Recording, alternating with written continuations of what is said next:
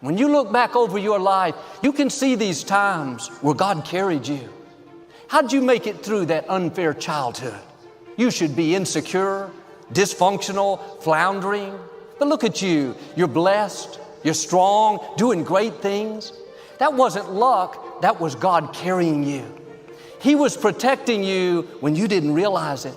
He was moving the wrong people out of the way, opening doors that you couldn't open. He's been carrying you your whole life. How'd you get through that challenge with your child? You should have had a nervous breakdown, should have worn you out, caused you to give up on dreams. But every day you had strength to move forward. You had the grace to stay in faith.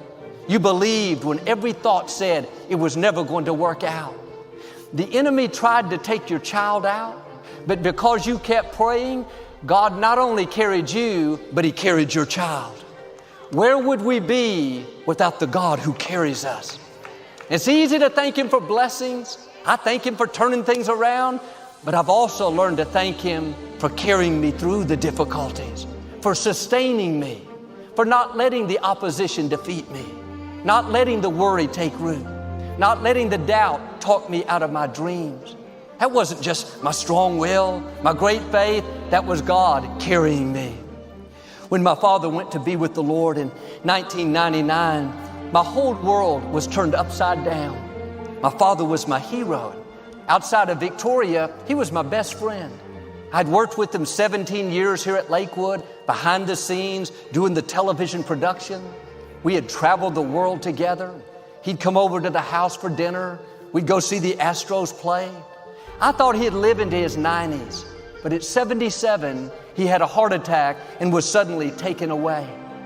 I had never ministered, but I knew I was supposed to step up and pastor the church. Didn't make sense to my mind. Didn't feel qualified. I didn't have the experience. Thoughts told me, nobody's going to listen to you, Joel. But in my heart, I felt it so strongly. I took that step of faith. I started ministering on Sunday mornings. Our daughter Alexandra was 3 months old at the time. Our son Jonathan was 4. I didn't know how to put a message together. I'd never done any public speaking. On top of that, I was grieving the loss of my father, trying to navigate him not being here, how to run the church, how to minister a newborn baby. I look back now and think, how did I make it through? How did I learn how to minister in the most difficult time of my life? How did we raise our little children when we were both learning a new profession, becoming pastors? That was God carrying us. I felt a strength that I'd never felt. Yes, I missed my father, but it wasn't what I thought. I didn't fall apart. I wasn't overcome with sorrow for months. I felt peace. There was a grace to step into my destiny. It wasn't all easy, but I had the passion, the determination, the favor to keep moving forward. That wasn't natural, that was supernatural. I should have been worried, stressed out, intimidated, but I thought, I can do this. I'm well able. I'm strong in the Lord. This is not going to defeat me. God has grace for every season. How many times has He carried you and you didn't know it? You can look back now and see He carried you through the sickness. You had strength that you never felt. He carried you through the loss. It was painful, but deep down you felt peace. Somehow you were able to keep moving forward. Or He carried you through that legal battle. You didn't think you could take it, but day by day you had just what you needed. Here you are on the other side, blessed, healthy, going stronger than ever. Can I encourage you? If God carried you back then, He's going to carry you now. Whatever you're facing may seem insurmountable, but it's not going to defeat you. It's not going to be too much. You're not going to be overwhelmed. The Creator of the universe is carrying you. I said, don't you all still have streetcars? It seems to me I've seen one since I've been here. And he said, yes, they've just put them in. And I thought, well, that's the first city I've been to in a long time where they had streetcars. The last I can remember was in Bucharest. They had streetcars, and it took me back to my boyhood and childhood when we had streetcars in our town of Charlotte, North Carolina. But many things have changed since we were here. And those of us that are senior citizens can really see a change in Portland. Things that you younger people take for granted. We were born before television, before frozen foods, before antibiotics, before nylons, before Xerox, before credit cards. For us, time sharing meant togetherness, not computers, and software wasn't even a word. We were before pantyhose and drip dry clothes, before ice makers and dishwashers, Cheerios, instant coffee, decaffeinated anything, and McDonald's had never been heard of, and I don't know how we lived. If we'd been asked to explain CIA, VCR, UFO, ERA, NFL, or JFK, we would have said, well, that's alphabet soup. When you think of how our world has changed and the adjustments we've had to make, today's senior citizens are a pretty hardy bunch, because we came along through all of that. There have been great political changes. Hungary. We were in the People's Stadium in Hungary about 3 or 4 years ago, and it had the largest crowd in its history to hear the gospel.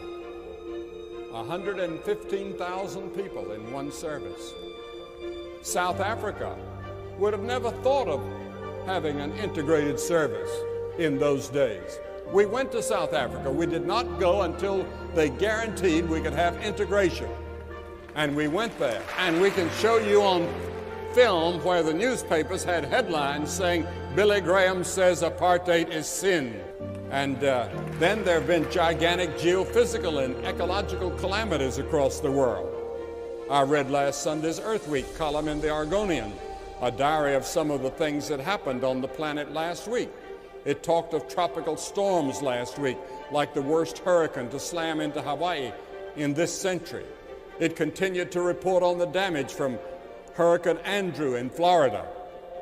Norman Mitski's house, who is on our team, looked like some giant hand had come down and just lifted the whole thing up and lifted everything out.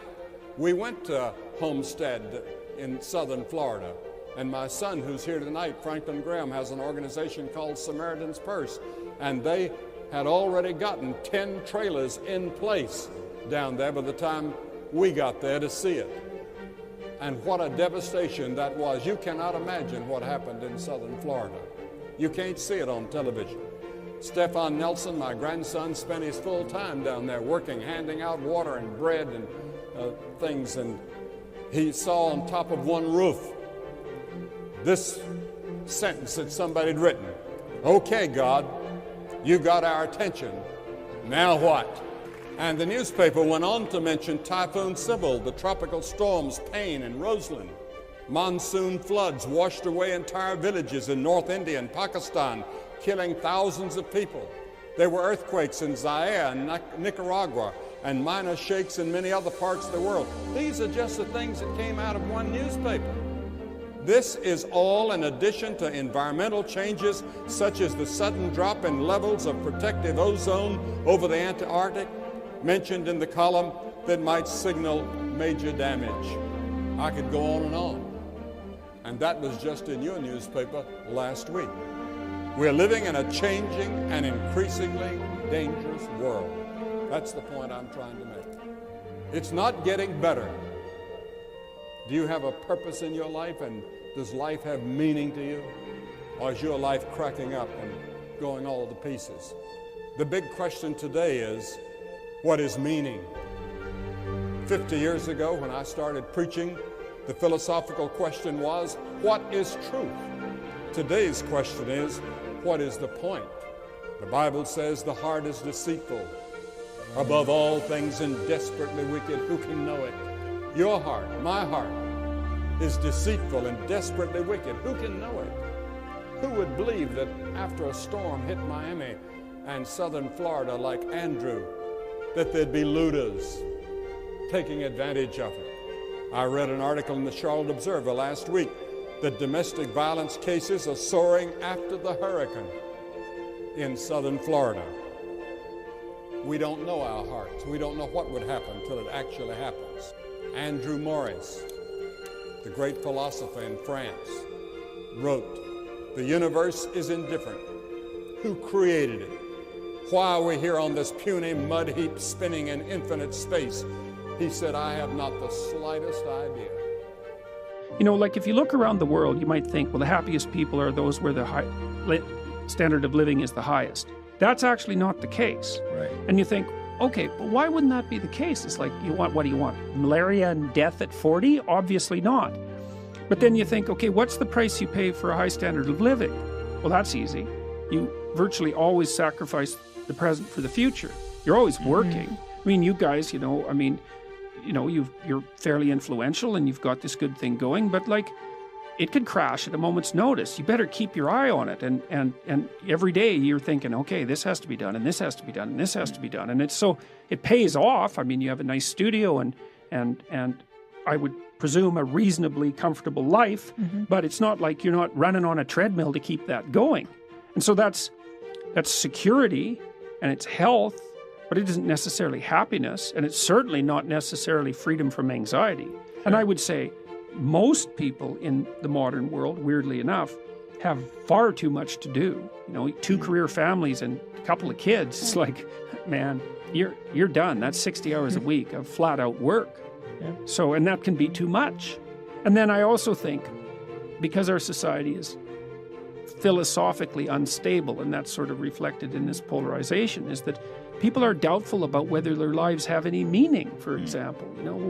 Why bother? What's the use of it? Who cares? It's like, what difference is it going to make in a million years, And life is hard, and if you just have a nihilistic viewpoint, then it's easy to be swamped by doubts and existential angst and all of that. And like, I think that's a mistake, because I think that your life can be very meaningful. It's proportionate to the responsibility that you take on. And you can learn that by watching when you're engaged in the world, and what works to sort of protect you from feelings of isolation and doom. And a lot of the lectures I have on YouTube are about exactly that. So I think part of it is the complexity of the modern world. Yeah. I also can't shake the sneaking suspicion that it has something to do with our diet. Really? Well, I saw this. We know that obesity is like skyrocketing. Yeah. Okay. So, and probably the reason for that, it's not exactly certain. There might be complicated reasons for it, but certainly one of the reasons is that people eat far too many carbohydrates. Right. I saw this video from World War II about and in one of the scenes they showed all these men in New York lining up to be inducted, and it's like 20 blocks of guys with no shirts on standing in line to be inducted. Every single one of them was bone thin. This is a time you want to learn something new. I believe that God wants to do a new thing in our lives. And when you don't have enough courage or insight or vision to know when you've outgrown a situation and it's time to move on, life moves on us. So what I love about Dr. Johnson, he's gentle. Now, he has an assistant named Alex. Last time I was there, I had tears coming out my eyes. And I said, "You're not crying, are you?" I said, "No, just little tears coming out right now." He said, "You're a grown man crying." I said, "Come on, man. Where's your heart, Alex?"